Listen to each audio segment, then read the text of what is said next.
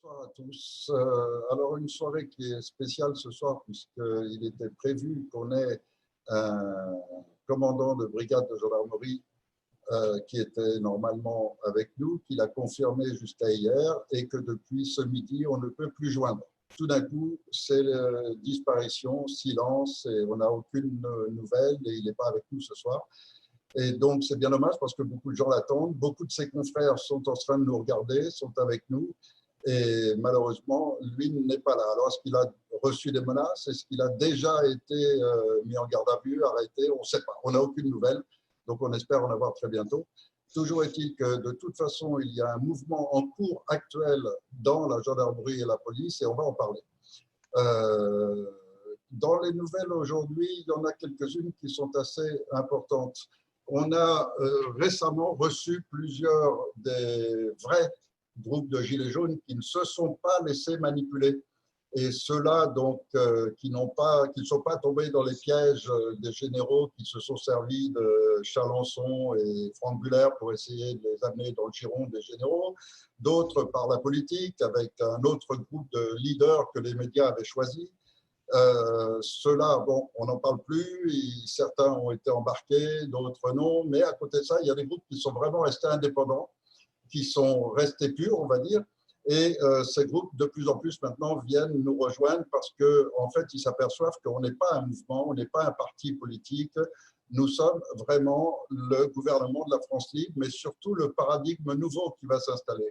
Et c'est là où il y a une intervention extrêmement forte au niveau de la gendarmerie et de la police, parce que si on examine bien le fonctionnement de cette police et cette gendarmerie, tout le monde sait, je dis bien tout le monde sait, aussi bien eux que le public, que des gens comme Coluche n'ont pas été accidentés bizarrement, que Bérégovoy ne s'est pas suicidé, que des policiers ne se suicident pas de 2 balles dans la nuque.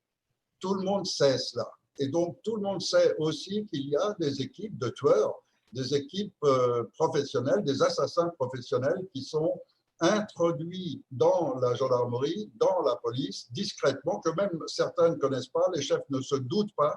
Et ce sont ces gens-là qui manipulent les opérations, ce sont ces gens qui exécutent, ce sont ces gens qui font les faux témoignages ou qui font pression sur les faux témoignages.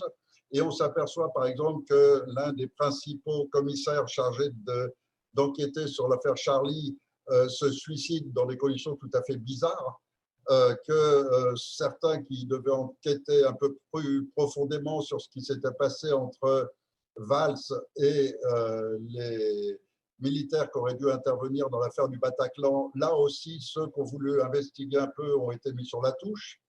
Donc, il y a un vrai malaise. Et ce malaise, peu à peu, il se reporte sur un petit peu toutes les compagnies, dans la mesure où la gendarmerie étant maintenant sous contrôle du ministère de l'Intérieur, elle ne reçoit plus ses ordres de l'armée, mais du réseau de la franc-maçonnerie à travers les préfets. Et donc, ce sont maintenant les préfets, les procureurs qui ont la main mise sur la gendarmerie. Et la gendarmerie est tout à fait consciente de toutes ces dérives, de tous ces actes illégaux qui leur sont commandés. Alors, bien sûr, il y a parmi eux beaucoup de corrompus, beaucoup qui sont introduits déjà dans la franc-maçonnerie et donc qui commencent à accepter les faux témoignages, de faire disparaître les preuves, de classer des dossiers sans suite et de faire en sorte de permettre que les réseaux pédocriminels continuent d'exister, que certaines enquêtes n'aboutissent pas, etc.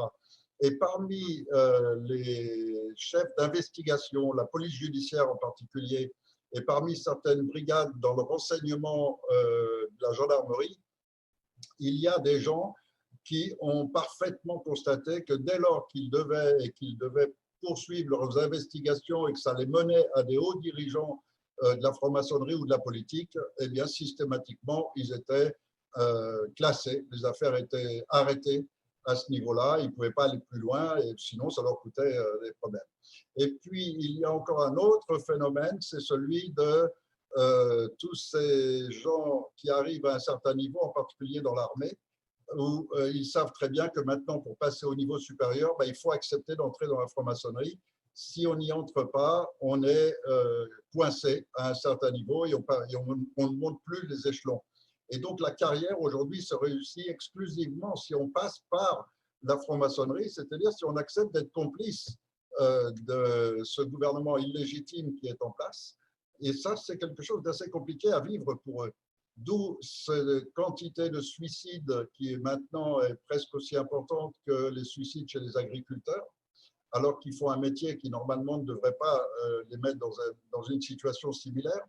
Et donc, il y a un vrai problème. Et c'est pour ça que depuis quelque temps, un peu partout en France, nos membres vont à la rencontre des commissariats, des gendarmeries et s'aperçoivent que tous les gens voient maintenant cette idée d'un gouvernement légitime qui serait en exil et qui attend de reprendre sa place. Ils le voient d'un œil très favorable et globalement, ils sont tenus selon un certain schéma. Et en même temps, on va parler de ce schéma parce qu'il est très particulier. Et en même temps, on voit aussi que si ça pouvait se déclencher, ils seraient bien contents et qu'ils seraient prêts à rejoindre cela. Seulement, le problème, c'est qu'actuellement, ils n'ont pas la démonstration que ce gouvernement est puissant, qui réunit beaucoup de monde. Ils n'ont pas encore cette démonstration. Et je crois que lorsqu'ils auront la démonstration d'un mouvement fort de gens déterminés, mais de gens sains, de gens qui ne sont pas dans des tendances politiques, qui n'ont pas de schéma malsain tels que le racisme, tels que l'anti-immigration, tels que les trucs qu'on retrouve tout le temps dans ces schémas malsains. Comme ils voient qu'on a affaire à des gens qui ne se préoccupent que du bien commun et qui ont surtout pris conscience d'un problème à l'échelon mondial, alors je crois que quand on va pouvoir démontrer cette force qu'on représente et une force saine, ça va changer tous les paramètres et je crois qu'eux aussi souhaitent qu'on change les paramètres. Alors on va en parler 2 secondes. Les paramètres essentiels, c'est que depuis toujours, mais ça c'est très ancien, ça remonte à l'époque de Sun Tzu, si vous lisez l'art de la guerre de Sun Tzu, le principe est toujours d'obtenir des hommes pour qu'ils soient de bons soldats, qu'ils soient parfaitement obéissants. Et c'est pour ça que cette expression de dire dès lors que vous commencez à penser, c'est déjà commencer à désobéir, alors ça reflète parfaitement ce concept qui a été mis en place il y a plus de 3000 ans. Je vais couper le bruit de fond. Et donc, ce concept qui est en place depuis 3000 ans s'est répercuté à travers toutes les armées du monde, à travers à peu près tous les concepts qui ont existé, que ce soit au Japon, dans le Moyen-Âge japonais, que ce soit en Europe, à tous les niveaux, un bon soldat, c'est quelqu'un qui obéit parfaitement. Alors, si on étudie un tout petit peu le fonctionnement normal militaire, c'est quelque part assez logique. Et c'est comme ça qu'effectivement, les gens sont... Seulement, dès lors qu'on est confronté à une population civile, c'est là où il devrait faire la différence et c'est là où elle n'est pas faite. Et tout est là. Dans un schéma militaire, c'est sûr qu'il faut des gens qui obéissent parfaitement pour que ceux qui mènent les stratégies ou les tactiques puissent intervenir depuis l'arrière et faire mouvoir les différents corps et les organiser sur tous les plans, sur le plan position, sur le plan stratégie, sur le plan... bon. Mais lorsqu'on s'adresse maintenant à une population civile, c'est plus du tout le même schéma. Et donc, lorsqu'on s'adresse à une population civile, aujourd'hui, on demande aux policiers et aux gendarmes de se comporter comme s'ils étaient face à une autre armée qui était en guerre. Quand des manifestants arrivent pour faire une manifestation, ils ne viennent pas avec des armes, ils ne viennent pas avec des généraux qui sont derrière en train de les organiser, de les structurer et de faire en sorte de mener une guerre contre ceux qui s'y opposeraient, qui seraient donc les forces de l'ordre. Or, les dirigeants actuels des forces de l'ordre leur demandent de se comporter comme tels et leur demandent d'obéir sans penser et leur demandent de ne pas respecter la loi, sachant qu'ils seront protégés par au-dessus. Et donc, pour obtenir cela, il a fallu beaucoup de choses. Il a fallu d'abord que, depuis Sarkozy en particulier, il fallait écarter les gens sains qui travaillent dans la police et dans la gendarmerie. Or, si vous allez un tout petit peu chercher sur Internet, vous allez trouver pas mal des hauts dirigeants, je parle bien des hauts dirigeants du renseignement, de la police, de la gendarmerie, qui ont été mis sur la touche simplement parce qu'ils voulaient respecter la loi, parce qu'ils n'ont pas voulu entrer dans la franc-maçonnerie, parce qu'ils n'ont pas voulu couvrir des crimes Et donc, ceux-là ont été mis sur la touche. Et vous en avez plein de témoignages comme ça, y compris des services secrets, y compris des gens de la DGSE quand elle était encore pas devenue une milice politique au service des voyous qui occupent aujourd'hui le pouvoir. Et donc, il y a un changement profond qui est en cours de se faire, mais qui va s'achever avec nous. Pourquoi? Parce que nous, on est parti sur un autre concept. On est parti sur le concept de la néopole. La néopole, c'est un concept donc d'une nouvelle police qui inclurait donc la gendarmerie, tous ceux qui sont confrontés à une population civile. Et aujourd'hui, les gendarmes se rendent compte qu'ils servent à des criminels à les appuyer pour détruire le peuple de France. Ceux qui sont le plus informés parmi eux savent très bien et suivent les mêmes indications que nous. Donc, ils ont vu aujourd'hui que l'Italie a déposé plainte contre l'OMS pour la fausse pandémie, pour les fausses indications médicamenteuses et pour en plus avoir incité en collaboration avec les gouvernements à créer un confinement qui n'a rien à voir avec la réalité et pour aujourd'hui inciter les médecins à ne pas soigner et à provoquer le plus de morts possible, y compris jusque l'eugénisme. Donc tout cela est dénoncé aujourd'hui par le ministère de la Santé italien. C'est la toute première fois dans l'histoire du monde qu'un gouvernement public dénonce publiquement une tentative de génocide, une tentative de manipulation des populations mondiales. Et on devrait normalement, nous, appuyer totalement cette plainte qu'a déposée l'Italie et qui le fait au nom du ministère de la Santé. Donc, ce n'est pas n'importe qui, ce n'est pas n'importe quoi. Seulement, il y a une particularité, c'est que dans le dernier gouvernement italien qui s'est monté, les francs-maçons sont interdits. Et c'est peut-être là qu'est toute la différence. Et c'est peut-être pour ça que l'Italie a pu enfin dévoiler ce qui est caché à tout le monde, c'est-à-dire qu'à l'arrivée, il dévoile qu'il n'a jamais existé ce virus, qu'en revanche, il y a une bactérie, il y a des systèmes d'activation. Bon, après, on rentre dans le problème technique et ce n'est pas le sujet de ce soir. Seulement, le sujet de ce soir, c'est qu'aujourd'hui, si on reste avec une police et une armée qui doit fonctionner sans penser un seul instant sous les ordres de gens qui sont des criminels, alors ces criminels se servent de l'armée contre le peuple. Mais est-ce que c'est logique? Est-ce qu'un gendarme, il est rentré dans la gendarmerie pour attaquer son propre peuple, pour attaquer ses enfants, ses parents, sa femme? Ça n'a jamais été le cas. Tous ces gens qui rentrent dans la gendarmerie, dans la police, normalement, c'est avant tout pour défendre la loi, la vraie loi. Alors là, on rentre dans un autre schéma, c'est qu'est-ce que la loi? La loi, c'est le plus fort qui s'installe et qui fait son décret et que tout le monde l'applique. Alors, si on les a bien domestiqués, bien conditionnés, ils vont croire que oui. Mais s'il faut un tout petit effort de réflexion et qu'ils lisent la Déclaration des droits de l'homme, qui est la base fondamentale de la Constitution française, donc c'est bien la Constitution. Et si on reprend bien cette Constitution française, qui est appelée en fait un bloc constitutionnel, dans cette Constitution française, la Constitution elle-même, c'est-à-dire la partie ultime, la troisième partie, dépend du respect de la première. Et la première, c'est la Déclaration des droits de l'homme qui est reconnue comme étant la plus haute autorité. Donc, si cette Déclaration des droits de l'homme dit que la Constitution que vont écrire les politiciens n'est valide qu'à condition qu'elle se dédie à respecter ces droits de l'homme, c'est-à-dire en premier lieu à protéger les droits de l'individu et donc les droits de l'homme, alors les policiers et les gendarmes doivent défendre les droits de l'homme, c'est leur mission première, et non pas des gens qui font des lois visant à annuler ces droits. Et c'est là où tous les policiers, tous les gendarmes qui réfléchissent un tout petit peu quand ils rentrent chez eux le soir et qui reprennent cette déclaration des droits de l'homme, constatent que ce sont des criminels qui les dirigent, constatent que ce sont des gens qui leur donnent des ordres illégaux. Et ils sont pris devant ce dilemme, est-ce que j'exécute ces ordres illégaux au risque donc d'être en infraction avec la loi, mais je serai bien avec tous mes collègues et je serai bien vu de mes supérieurs. Et donc ma carrière est bonne. Pourquoi je vais le faire? Parce que je me suis engagé avec un tas de crédits, maintenant il faut que je paye. Il faut que je paye la maison, il faut que je paye la voiture, il faut que je paye tous mes crédits, il faut que je maintienne la qualité de vie de ma femme, de mes enfants, et donc je vais le faire, tant pis. Pourquoi? Parce que je suis de toute façon tous mes collègues et puis qu'au-dessus, on m'a promis de me protéger.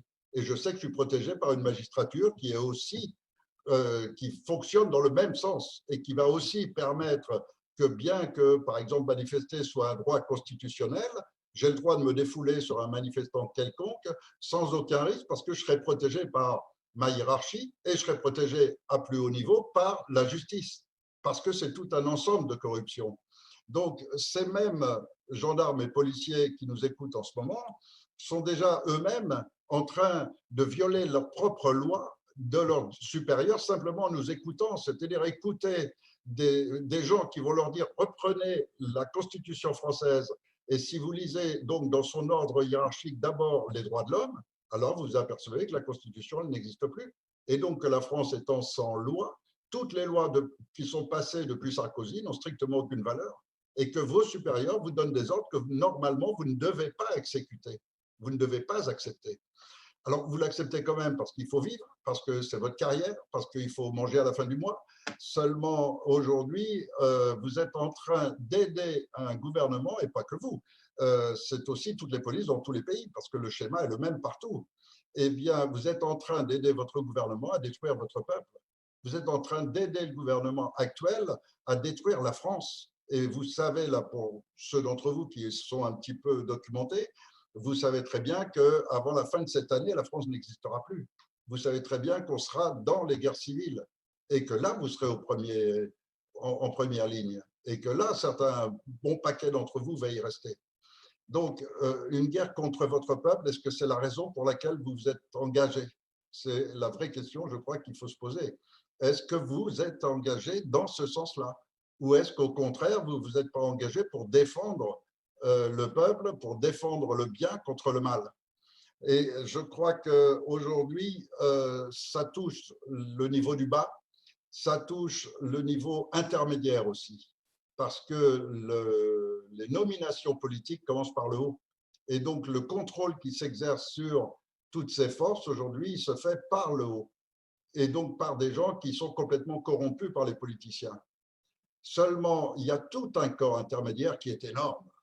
Et c'est ce corps intermédiaire aujourd'hui qui, par exemple, récemment encore, a investigué sur nous en invitant certains de nos membres les plus importants pour leur poser des questions, pour s'informer complètement de ce qu'on fait, de qui on était, de comment sont nos concepts, et qui se rendent compte que l'avenir, c'est le CNT, l'avenir, c'est remettre en place le gouvernement légitime et ne pas rester sous un gouvernement illégal. Parce qu'un gouvernement illégal, naturellement et forcément, vous demande d'être illégaux. Vous demande et ne peut se maintenir que grâce à des ordres illégaux que vous acceptez. Il suffit que vous les refusiez pour que ces gens disparaissent. Ils n'existent plus. Et s'ils n'existent plus, alors c'est la néopole qui se met en place. Et la néopole, c'est un concept de police qui est complètement différent, où là, ça va être une police qui est pour la loi et non plus pour respecter les ordres de ceux à qui elle est confiée, pour reprendre exactement les termes de la Déclaration des droits de l'homme. Donc, on approche de plus en plus de cet instant où c'est une partie de l'armée, une partie de la police, une partie de la gendarmerie qui va se révolter contre une autre. Et c'est la partie du bas qui va se révolter contre la partie du haut, comme c'est en ce moment le peuple qui est en train de se révolter contre des dirigeants qui sont illégitimes et qui ne cherchent pas le bien de ce peuple, parce que tout a été conçu dans ce sens-là. Lisez en particulier cet article 2 de cette Déclaration des droits de l'homme qui dit bien que n'importe quelle association politique, et donc reprenons bien les termes, association politique, qu'elle soit au pouvoir, qu'elle ne soit pas au pouvoir, ce n'est pas le sujet. On parle d'association politique, c'est-à-dire de gens qui s'intéressent à la gestion du pays. Pour que ce soit basé sur le bien commun, la règle première, et c'est l'article numéro 2, donc c'est le deuxième dans l'ordre d'importance, tout de suite après qu'on ait dit que tous les hommes naissent libres et égaux. Cet article 2 précise immédiatement que le but de n'importe quelle association est avant tout de préserver les droits individuels, de protéger ces droits individuels. Alors, ces droits individuels, liberté, propriété, sûreté, ce sont des droits que vous devez protéger. Donc, vous ne pouvez pas vous permettre d'entrer chez les gens sans un ordre judiciaire. Vous ne pouvez pas vous permettre d'arrêter des gens, de les mettre en garde à vue à tout va, sans aucun motif. Vous ne pouvez pas, tout ce qu'on vous demande aujourd'hui est totalement illégal au regard de la loi et de la véritable loi. Mon droit de circuler librement est un droit absolu. Mon droit de ne pas respecter des ordres qui voudraient m'obliger à porter un masque ou m'obliger à être confiné dans un endroit, c'est mon droit absolu. Et il n'y a rien qui peut violer ce droit. Donc, vous devez protéger mon droit. Et si vous avez des gens aujourd'hui qui vous démarchent et qui viennent vous voir avec l'attestation qu'on a rédigée avec plusieurs juristes, cette attestation vous explique clairement que le seul gouvernement légitime est malheureusement actuellement en exil, il n'est pas en place en France, mais que c'est bien ce Conseil national de transition et vous demande légitimement de protéger le porteur de ce document et de le protéger dans le véritable sens du terme, c'est-à-dire de respecter ses droits qui sont de circuler librement, de ne porter aucun masque quand il n'y a aucune raison de le faire et qu'on sait à l'inverse, et c'est démontré par de très nombreux scientifiques, que le masque est plutôt préjudiciable pour la propre santé de celui qui le porte. Et donc, votre rôle, c'est celui-là. Et donc, si vous appliquez véritablement ce rôle, alors ce Conseil de transition va prochainement mener des opérations qui vont l'amener à reprendre le pouvoir en France et la nouvelle police qui va s'installer va être totalement différente. Elle sera basée sur le droit, elle sera basée sur la loi. Vous n'aurez plus aucun souci à affronter des ordres illégaux par rapport à votre propre éthique, par rapport à votre propre déontologie. Vous avez des règles initiales, par exemple, dans l'utilisation du flashball. Ces règles, elles sont très claires. Vous devez tirer dans les jambes. Au pire, dans la partie basse de l'abdomen. Au pire, mais normalement dans les jambes seulement. Or, jamais il n'a été autorisé de tirer au visage et de crever des yeux. Et vous savez pertinemment que c'est un acte volontaire. Qui l'a fait cet acte? En réalité, il y a eu 10, 12, 15 personnes qui ont eu des yeux crevés par vos soins. Mais qui l'a fait? Qui a tiré? C'est peut-être 200 ou 300 parmi vous à qui on a demandé de tirer. Et sur 300, les vicieux, les tordus qui ont demandé de viser au visage, sur 300, il y en a 290 qui ont refusé. 290 qui ont tiré dans les jambes ou qui ont raté exprès. Et il y en a seulement 10 ou 12 qui ont vraiment exécuté les ordres qu'on leur a demandé de crever les yeux. Ce qui veut dire que majoritairement, la grande masse d'entre vous est contre ces ordres illégaux. Vous êtes contre les criminels qui sont en place. Seulement, vous ne pouvez pas vous exprimer. Pourquoi? Pourquoi est-ce que vous avez ce devoir de réserve? Pourquoi est-ce que la gendarmerie est obligée de se cacher? Pourquoi les policiers ne peuvent pas rentrer en uniforme chez eux? Alors que dans le temps, vous voyez les films des années 30, 40, les flics qui rentraient chez eux en uniforme, ils ne se cachaient pas, et puis ils avaient la tête haute, et puis ils étaient fiers de ce qu'ils faisaient. Pourquoi aujourd'hui ils sont devenus comme des malfaiteurs obligés de se cacher? Est-ce que c'est ça le futur d'une vraie police? Est-ce qu'une vraie police, elle ne devrait pas être honorée par tout le monde, protégée par tout le monde, respectée par tout le monde? Aujourd'hui, c'est devenu tout l'inverse. Aujourd'hui, vous êtes méprisé plus bactère. Et vous en êtes malheureux. Vous ne vivez pas bien comme ça. Vous n'avez pas votre place dans la société. Aujourd'hui, vous vous êtes marginalisé. Regardez l'attitude des Français globalement. Les gens n'ont rien fait de mal. Ils se promènent dans la rue, mais ils vous voient, ils sentent déjà mal. Est-ce que c'est normal? Aujourd'hui, on dit à nos enfants, planquez-vous quand vous voyez un uniforme. Vous croyez que c'est normal? Et donc, je crois qu'il est absolument indispensable que vous nous rejoigniez dans l'esprit de créer une nouvelle société. Et nous sommes partis sur un schéma qui est très complexe, bien sûr pas facile à aborder, mais si vous lisez l'ensemble du programme, il va vous apparaître très clairement et puis vous aurez tous les éléments pour vérifier sur Internet jusqu'où ça va, parce que c'est un changement de paradigme qui commence par la France, qui veut rétablir le pays des libertés que c'était auparavant, qui veut rétablir le pays des droits de l'homme comme elle était auparavant et qui a fait sa réputation pendant 200 ans. Et donc, vous allez nous aider à ça. Vous allez nous aider à montrer qu'une population peut fonctionner avec des forces de l'ordre qui sont de son côté, qui protègent le peuple et qui vont permettre de réinstaller le véritable droit, de restaurer l'état de droit qui fait que tout policier, tout gendarme sera l'ami de la population, sera respecté de la population. Et une société harmonieuse comme celle-là, eh bien, c'est un modèle pour nos voisins, c'est un modèle pour toutes les polices du monde et c'est une nouvelle police qui va émerger de cela une fois qu'on aura purgé la police et la gendarmerie de tous ces malfrats qui ont été placés par les politiciens et qui sont malheureusement le plus haut de votre hiérarchie. Et vous avez un tas de gens bien qui ont été mis sur la touche, qui ne demandent qu'une chose, c'est de revenir. Et ce commandant de brigade, pourquoi il n'est pas venu avec nous ce soir? Pourquoi il n'est pas présent? Est-ce que c'est normal de vivre dans la peur, d'être menacé, pourquoi la vérité peut jamais jaillir? Pourquoi vous n'avez pas le droit de vous exprimer? Pourquoi quand vous enquêtez sur des réseaux pédocriminels, vous ne pouvez pas prononcer les noms et les rapports restent planqués ou aboutissent dans des poubelles? Pourquoi est-ce que les procureurs sont là pour fermer votre travail et vous empêcher d'aller plus loin? Pourquoi vous rendez des rapports complexes avec des noms, avec des précisions, avec tout ce qu'il faut et tout ça, vous n'en entendez plus jamais parler parce que c'est enterré une fois que c'est arrivé au-dessus. Tout ça, vous le savez pertinemment et vous le savez que c'est vrai. Alors, je crois qu'il faut se remettre tous en question. On doit tous retrouver notre authenticité et nous vivrons bien en tant qu'êtres humains si chacun occupe sa place, si chacun assume sa mission. Et si vous avez pris pour mission de protéger le peuple français, ça veut dire que vous êtes prêt à sortir vos armes, mais pas contre ce peuple, pour le protéger.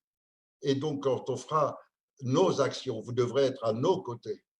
Et vos armes sont là pour nous défendre et pour nous permettre de voir nos droits protégés. Et nos droits, ils sont inscrits dans cette déclaration des droits de l'homme.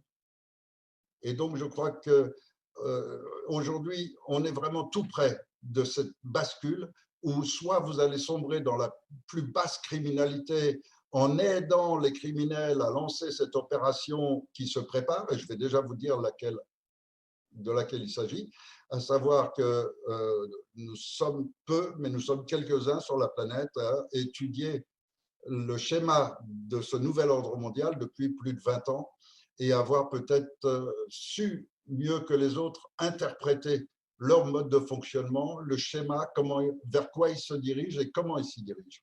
Et donc, il est certain que cette pandémie qui a été une première opération et qui montre aussi qu'il y a quelques dissensions déjà, quelques rivalités entre les différentes sectes, cette pandémie va être réactivée dans pas longtemps.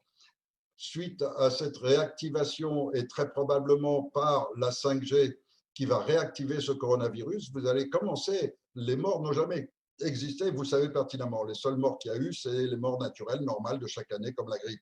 Le nombre global le montre parfaitement, puisque même en ayant triché, même en ayant supprimé tous les morts de la grippe habituelle et remplacé par cette appellation Covid, même en prenant les gens au dernier stade du diabète, du cancer ou d'autres maladies, quand ils décèdent, on appelle ça Covid, et puis on a réussi à grossir les chiffres. Mais malgré tout, vous savez que tout ça est faux, mais qu'une vraie pandémie est latente parce que la 5G va activer ces virus qui sont en train, enfin virus, c'est même pas le terme, mais qui sont en train, en tous les cas, de toucher de plus en plus de monde. Et que là-dessus, ça va servir à déclencher la vaccination obligatoire. Or, vous avez des milliers, ce n'est pas des centaines, ce sont des milliers de scientifiques qui dénoncent la vaccination elle-même.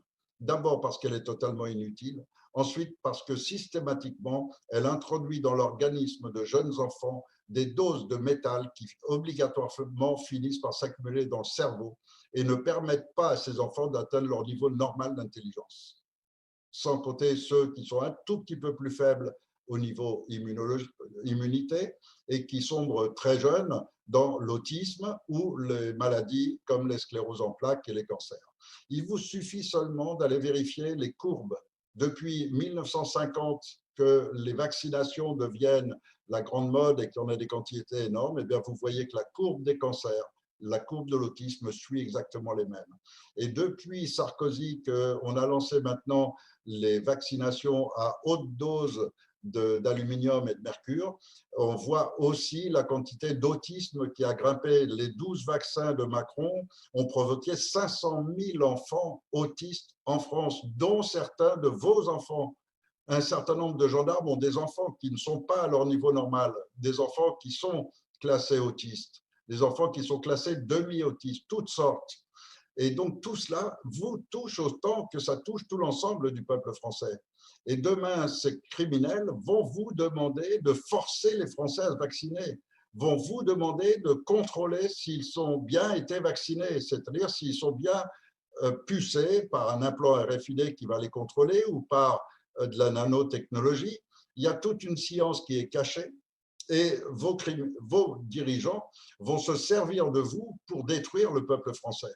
Est-ce que vous allez accepter cette mission? Est-ce que vous allez accepter d'accompagner ces brigades sanitaires, enlever des enfants aux parents, les livrer à l'ASE qui va les lancer ensuite dans les réseaux pédocriminels? Est-ce que vous allez aider ces gens à détruire la France? Vous avez bien vu qu'ils sont en train de ruiner le pays, vous avez bien vu qu'ils sont en train de vendre tout le patrimoine alors que la loi française l'interdit. Et ça, vous pouvez le vérifier, c'est dans le préambule de 46, l'article numéro 9, qui indique bien que toutes les propriétés de la France appartiennent globalement à l'ensemble du peuple et que personne n'a le droit de les privatiser. Or, vous avez bien vu qu'ils ont tout privatisé et vous savez aussi qu'ils sont en train de vous privatiser. Ils sont en train de créer des sociétés qu'ils appellent de sécurité, des armées privées en quelque sorte, et qu'un certain nombre d'entre vous sont incités à participer à ces sociétés de sécurité, à ces sociétés privées qui ne sont financées que par nos impôts. C'est-à-dire qu'en fait, nous payons ces sociétés et eux se servent de notre argent pour vous payer, pour nous obliger à payer encore plus, pour nous soumettre. On est dans un cercle vicieux que vous pouvez rompre. Parce qu'à tout moment, si vous n'acceptez plus des ordres illégaux, vous rompez la chaîne. Et dès cet instant-là, ce CNT va prendre sa place au gouvernement. Les Français choisiront librement une autre forme de gouvernance, puisque notre rôle à nous est seulement d'instaurer une transition.